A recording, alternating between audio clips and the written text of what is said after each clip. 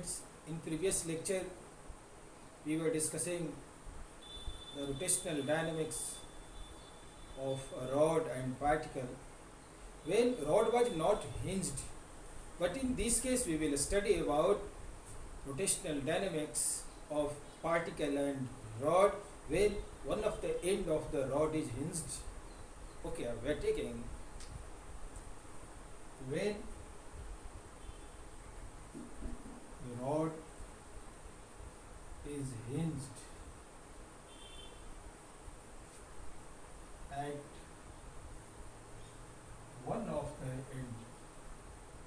at one of the end, then we have to discuss its dynamics, rotational dynamics.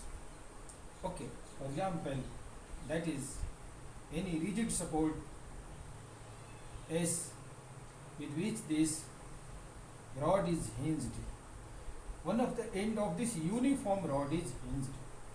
One of the end of this uniform rod is hinged. I am writing in this way. This is hinged. There is no friction. No friction.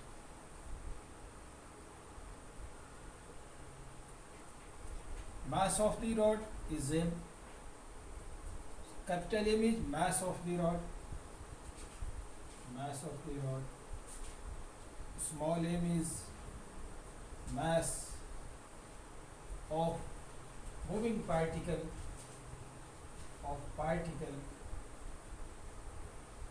which collide. Okay. L is length of the rod. L is length of the rod.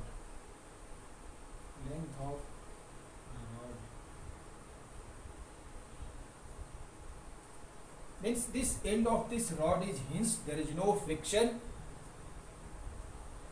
This rod is uniform, that's length L. And a particle is just colliding. This particle has mass small m, initial velocity u, and it collides here at 90-degree angle with rod. Initial velocity of the particle is 90-degree with the rod. It is colliding at x distance from the hinge. Capital L is the total length of the particle, while x is the distance between colliding point and the hinge. Okay. In this case, you know one thing. When it collides, this particle will apply force on this rod, and rod will also equal and opposite force, will apply equal and opposite force on this particle. But both forces will be action reaction, and they will be action reaction. For the entire system, they will cancel each other and external force will be assumed 0. In the case of external force, sure, here linear momentum should be conserved, but know one thing, there is another force also. Which one? After striking, this hinge will also apply force on this rod, and due to force of this hinge, there is no case of conservation of linear momentum. So in this case, linear momentum of the system will not be conserved. Why? Because there would be external force applied by hinge on this rod, and this causes no conservation of linear momentum. So linear momentum cannot be conserved. I am writing linear momentum cannot be conserved. You know why?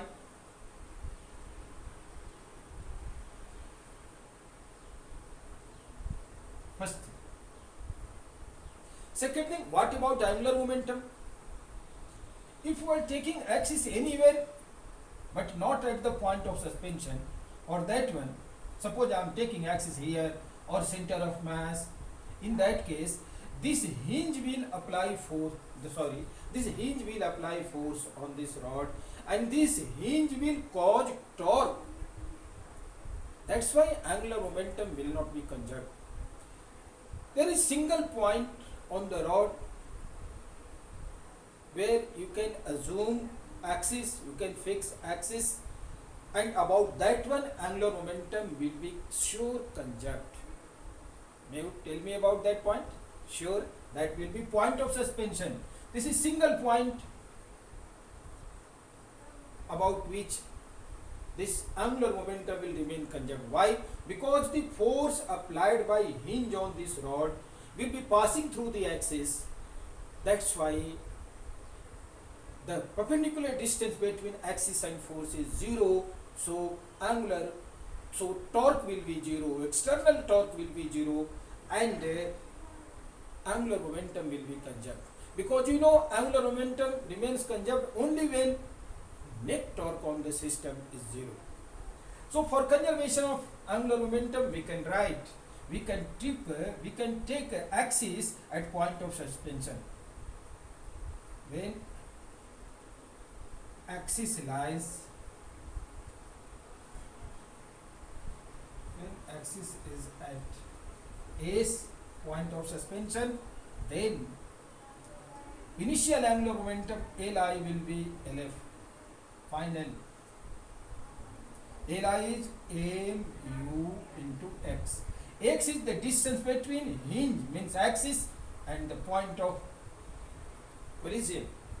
This is initial linear angular momentum of this particle, angular momentum of this particle. And final, suppose its velocity is v, then if v is velocity of particle after collision, we can have mxv plus, what about angular momentum of this rod? That will be I omega. We can write. This is first equation. This is equation about which we can. There might be case in which this collision will be elastic or inelastic. Suppose collision is elastic. We are taking the case in which collision between particle and rod is elastic. If collision is elastic, we can write another equation for energy, and initial energy will be half m small m. Small m is mass of particle. Small m u square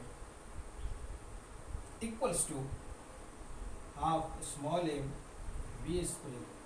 V is final velocity of the particle plus half I omega square. Half I omega square. Half I omega square is rotational kinetic energy of the rod. But know one thing. This I is 1 by 3 capital M L square. So when collision is elastic, then we can write this equation, and this equation on behalf of these two equations we can solve anything, whatever is required in this one. We can. Suppose the case in which collision is not elastic, that is inelastic. In that case, I am writing again.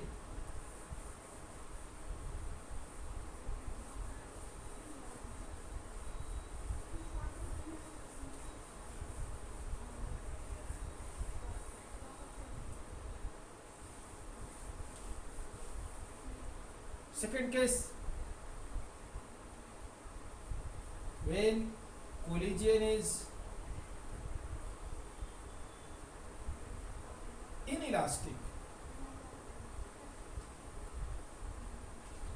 then we can write equation for conservation of angular momentum like previous one, but we cannot write equation of kinetic energy, conservation of kinetic energy. We should have formula of coefficient of restitution.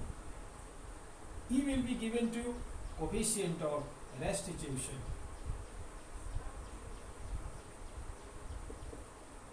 Suppose that is E. This E equals to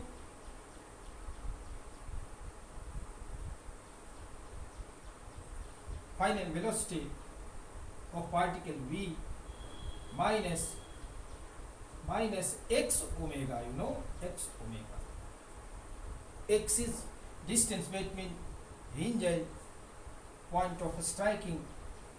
So velocity of this rod, point of this rod at the point of striking will be x omega. Omega is angular velocity. That is the final velocity of separation upon u. Initial velocity of first particle, because initial velocity of rod means second body was 0. That rod was in rest initially, so we can have this equation. After getting value of this E, we can write this equation and we can solve it. When collision is completely inelastic, collision is completely inelastic,